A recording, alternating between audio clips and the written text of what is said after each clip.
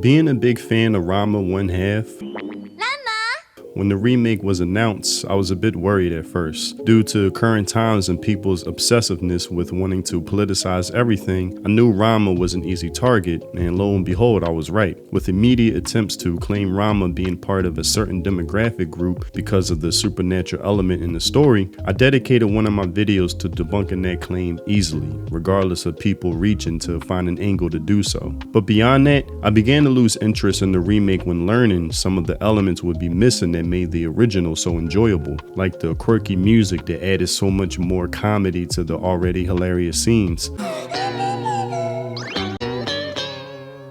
Give it here.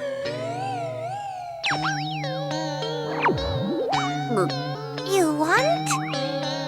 You think you can stop me that easy? But going further, I was really disappointed with the censorship they chose to go with, editing a lot of the nudity out, which was another layer onto the comedy, and yes, fan service. And I remember making a video addressing this and how it was a bad idea to not include it, because they're not doing that for the Japanese audience, but they're doing it to cater to the sensibilities of the modern Western audience, particularly the types who get offended by anime titties and a panty shot here and there. But they had what we call fan service, like panty shots. Right, maybe a flash of boobs. Exactly. Either by those who discovered anime yesterday or by those who've been convinced that fan service will lead to World War II somehow. And that the more anime tries to appeal to these types, the more anime stops being anime and becomes generic like everything else nowadays. Because we wanted to show the fans that we were being true to the Japanese release. That was important for you from day one, wasn't it? Yes, it was. We were shifting from cheap programming to a tradition of excellence, if you will, a tradition of art that demands respect. And part of that respect is to treat it, right, overseas the way they would treat it back home, which is don't edit things to make them, don't dumb them down. Don't edit out scenes that the producers thought belonged there. We're Japan authorities and experts. We've lived there, we've worked there, we know the thing. We've got a lot of Japanese staff. We want to make sure that we're doing the right thing by anime. And I remember someone in the comments saying, "You sure this is the hill you want to die on? Aren't the characters underage?" And me, I never respond or debate with these types because the starting point is already foolish to begin with. It's just another person who can't distinguish between fiction and reality versus me. When I watch anime, my brain registers this as animation and not real. These aren't real people who exist in reality. It's something that's literally drawn out. It's not fucking real, right? Something that was understood for decades up until 5 seconds ago. But if you take that line of thinking to its logical conclusion, then say goodbye to all of entertainment as we know it. Oh wait, that's already happening. For an example, an extreme religious person can make the claim that Rama promotes some type of demonic witchcraft because when splashed with cold water, he turns into a girl. Then your response will be the same as me. But it's not real. What do you mean? Something that takes me 5 seconds to critically think through, but for these types, they never learn until it hits them. Hello? Anybody home? Hey, think McFly. But even past that, the general point I was trying to make is that censorship doesn't stop at one thing. It always spreads. And it lends weight to the saying, being able to see the forest through the trees. Don't get so caught up on this one detail, but try to see the bigger picture. It's the principle of the whole thing. It's principalities in this. Something I assume most people do, but increasingly I'm learning that just isn't so. And everyone who's been cheering on the censorship of Japanese media for years, well, within the past week or so, censorship has been moving like a tsunami, taking away so much more with it that these people love as well. And I hate to say, we told you so. Even Anita Sarkeesian is trying to join the fight with those she used to be against. You could not live with your own failure. Where did that bring you? Back to me. And real quick, shout out Greenline. I told him I would use that reference that he came up with in the recent live stream, so good luck, bro.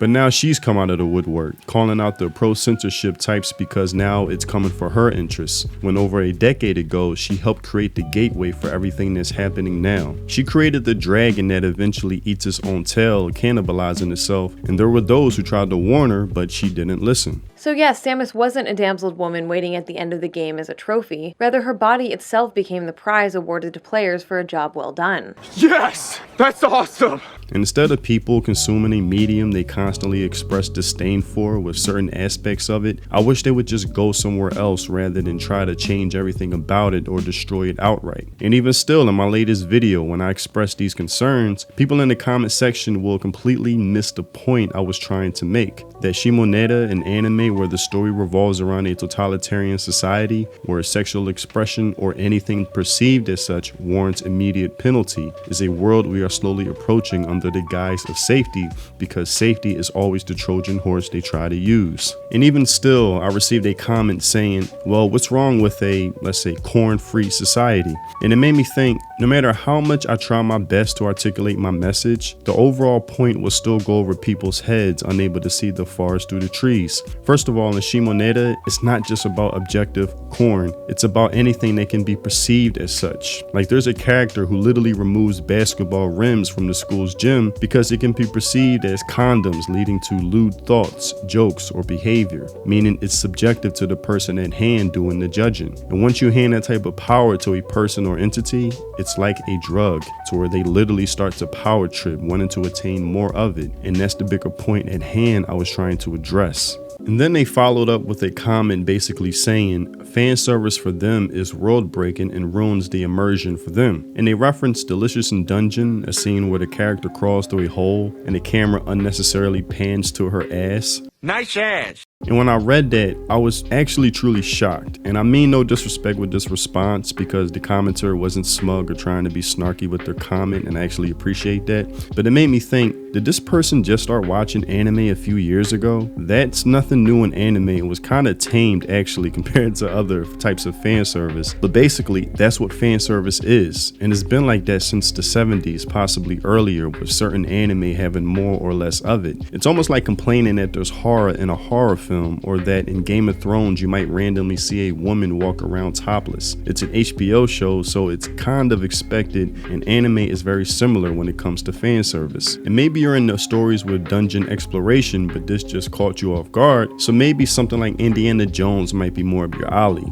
Like how a person maybe enjoys fantasy worlds, but Game of Thrones is a bit too hardcore or graphic for them, so instead they choose to watch something like the Lord of the Rings trilogy because it's a bit more tamed. So rather than complaining, trying to change what this is, they choose to watch something else of what that is. And I really wish more people would take that approach. Yes, anime is extremely popular at the moment, but for many viewers, it may not be for you, and that's okay. But stop trying to force it to be for you because you want to tune in like everyone else and not have FOMO. And here's another. Dan to Dan has one glaring flaw I can no longer ignore. In its attempt to show human suffering in its entirety, the series resorts to graphic sequences that include minors. While horrifying violations do happen at all times, I doubt showing them on screen so clearly is necessary. Episode 1 itself contains a scene in which aliens try to SA Momo. It was an extremely disturbing scene which might have been skippable. There are plenty of ways to hint at an ongoing event without animating every step